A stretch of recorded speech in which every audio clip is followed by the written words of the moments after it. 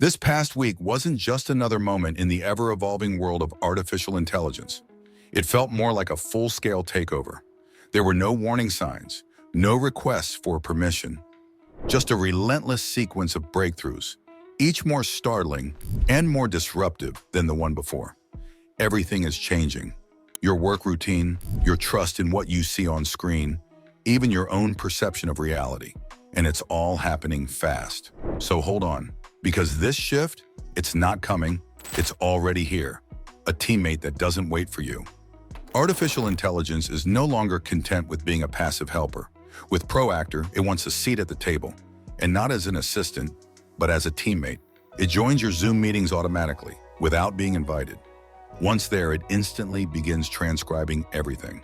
It doesn't just capture who's speaking, it labels each participant, tracks what's being said, what's being committed to, and what might quietly be slipping through the cracks. Imagine someone in the meeting mumbles, almost offhandedly, "We should probably make that a JIRA ticket." Before the sentence is finished, ProActor has already done it. It created the card, assigned it, and posted the summary to the group chat. Sure, that might sound a little unsettling, but it's also undeniably powerful. And that power comes from something deeper than memory. ProActor doesn't rely on short-term recall like your average note-taking software. Instead, it runs on a framework the creators call global context perception. That's not just a buzzword. It means the system remembers decisions from last quarter, who promised to follow up, what was actually completed, and even the logic that led to specific choices.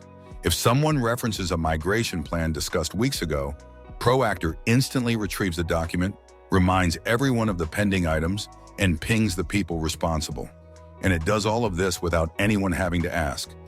Even while the meeting is still underway, ProActor provides real-time feedback. It surfaces key insights, adds structured summaries, and sends nudges before you've even had the chance to forget what was said. Not a note-taker, a second brain. This isn't just another assistant waiting quietly in the corner. It's engineered to behave like a fully engaged colleague, one that never forgets a detail, one that doesn't get distracted, one that never needs a break to scroll through Instagram during a boring update. And when the call ends, you don't have to remember what was discussed or who was assigned what. Your email drafts are already waiting, complete with polished, formatted follow-ups. Weeks later, if you're wondering whether the team ever finalized a vendor for those new office seats, you can simply ask. ProActor not only delivers the answer, it includes the rationale behind the decision.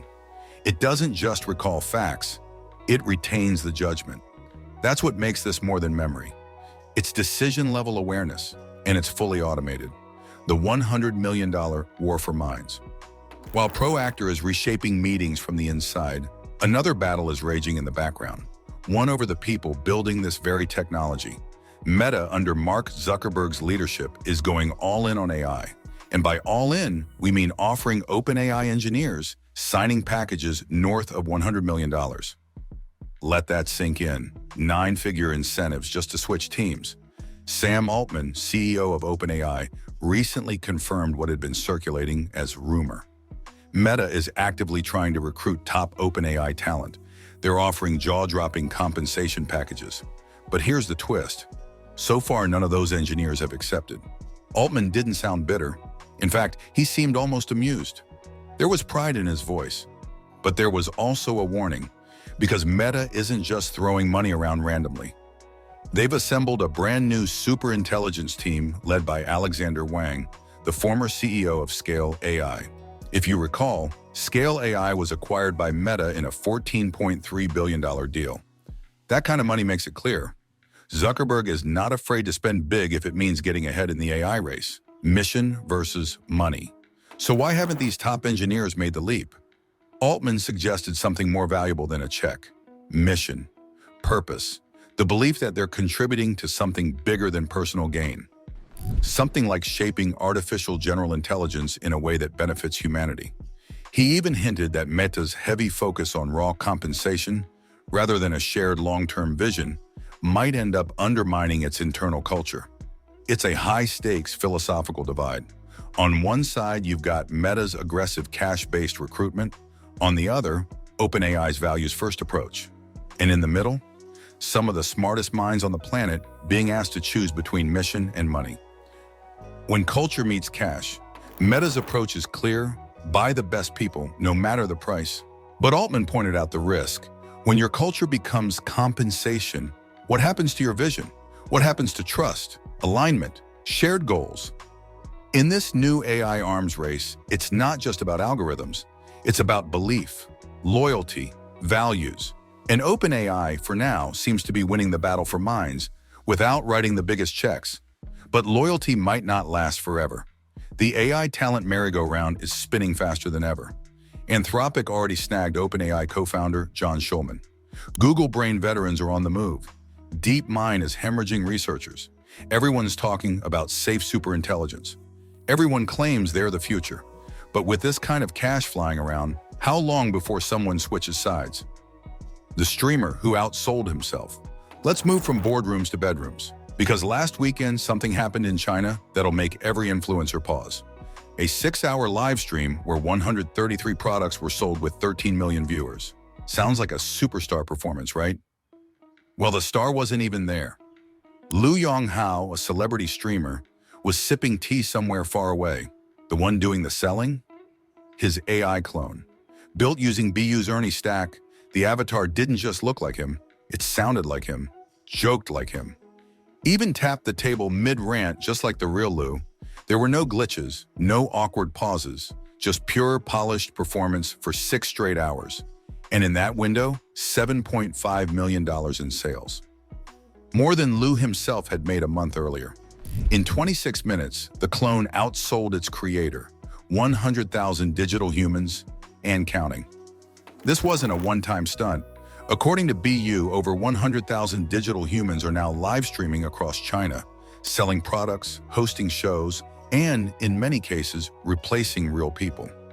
Brands using these AI avatars have cut broadcasting costs by up to 80%, while seeing sales rise by 62%. The reason is simple. Digital clones don't need rest, don't forget their lines, and never call in sick. Shops are now operating non-stop, 24/7 streams with perfectly consistent branding. Voices, outfits, and even regional accents can be customized on the fly. Meanwhile, China's live commerce market has exploded, from $61 billion in 2019 to nearly $700 billion by 2023. And the AI powering it keeps getting more advanced. BU's UCN platform alone reported an 11-fold increase in digital human streams and a 200% jump in merchandise value. The line between real and replica. There's still some resistance. Some buyers say they trust real people more. They want the connection, the authenticity. But how long will that last? The clones are getting harder to spot. Only with frame-by-frame analysis can you catch a beer sip that doesn't move the throat. And even that flaw? Just one upgrade away from vanishing. Once people accept that a clone, endorsed by the real human, can sell just as well, if not better, the shift becomes permanent. The model that beat Google, silently. And now the one flex that slipped under everyone's radar. A model named Kangaroo shot up the video generation charts, smashing leaderboards, landing second in the world. Turns out, it wasn't some mysterious new player. It was Miniax's Halo02, hiding under a code name. And it just leapfrogged Google's V3, the director's toolkit for everyone. With Halo02, directing a virtual camera is simple. You can request a pan, a tilt, or a push-in, and the model responds immediately. It keeps the motion smooth and consistent, maintaining clean transitions between frames.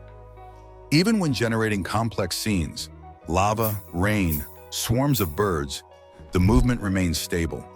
Textures might bend under pressure, but the shot holds together.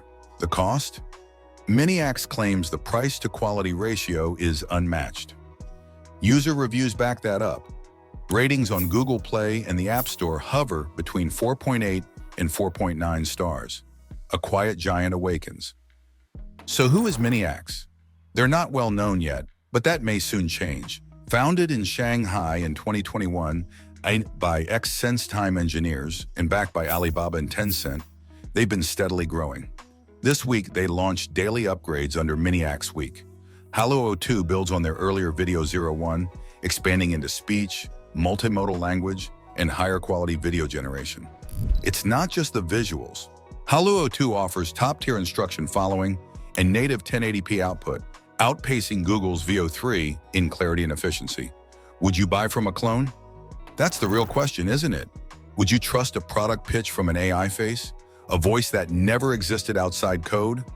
A meeting recap from a machine that remembers more than you?